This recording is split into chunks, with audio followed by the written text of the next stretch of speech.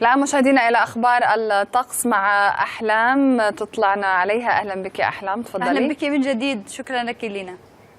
أهلا بكم مشاهدينا من جديد ومتابعة الأحوال الجوية في شبه الجزيرة العربية وإلى المملكة العربية السعودية، حيث يتوقع أن تكون درجات الحرارة بين أوائل ومنتصف الأربعينات في العديد من المناطق الداخلية السعودية كالعاصمة الرياض، القصيم، المدينة المنورة والدمام، وصولا إلى مكة المكرمة.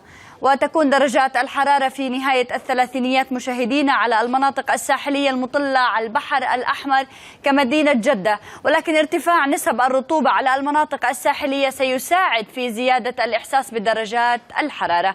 مشاهدينا، هذا الخبر كان نقلا عن موقع طقس العرب.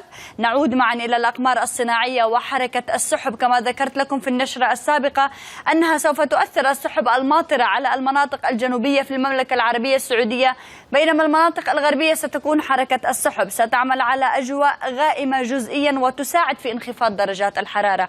ننتقل معا إلى سلطنة عمان، والمناطق الساحلية تتأثر بموجة كبيرة من السحب الركامية. هناك توقعات بهطول أمطار خلال اليومين القادمين وانخفاض في درجات الحرارة. مشاهدينا، إذا انتقلنا معا إلى شرق المتوسط، وحركة السحب على الأردن ولبنان وسوريا وفلسطين ستكون حركة عابرة وسحب عالية لن يكون لها أي تأثير في انخفاض درجات الحرارة أو أن تعمل على أجواء غائمة جزئيا، ولكن درجات الحرارة في مناطق شرق المتوسط ما زالت تلامس حاجز 35 درجة مئوية، وسرعة الرياح ستكون معتدلة، لن يكون لها أي تأثير في الأيام القادمة أن تعمل على إثارة الغبار والأتربة. مشاهدينا، هذه درجات الحرارة في المملكة العربية السعودية. إذا شاهدنا معا المناطق الداخلية تتمتع أو ترتفع درجات الحرارة إلى 40 درجة مئوية، عكس المناطق الساحلية في المملكة العربية السعودية